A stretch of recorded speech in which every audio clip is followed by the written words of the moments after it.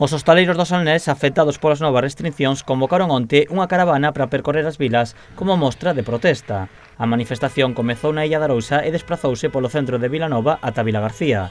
Ao chegar á capital do Salnés, os manifestantes baixaron dos seus vehículos para continuar coa movilización a pé. Ao percorrer as rúas de Vilagarcía atoparon algúns establecementos abertos, o que propiciou unha discusión entre manifestantes e hostaleiros. Dende Aitubi asumen as culpas deste malentendido.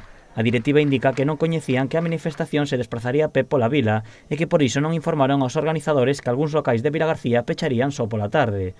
O presidente da asociación lamenta o acontecido e advirte que a hostalería ten que loitar unida e non enfrontarse. A pesar da explicación, dende Aitubi convocaron unha asamblea urxente para que os hostaleiros da vila escollan unha nova directiva.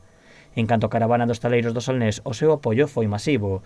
Dende a organización indican que máis de 300 persoas participaron nas movilizacións. No caso de Vilanova, Cambados e a Illa, máis do 90% dos locais hostaleiros pecharon as súas portas como forma de protesta polas novas medidas. Tras o acontecido en Vilagarcía, a caravana continuou o seu percorrido ata Carril e posteriormente Sanxenxo para rematar en Cambados. O obxectivo da movilización é pedir á Xunta que flexibilice as restriccións para que todo o sector poida continuar traballando.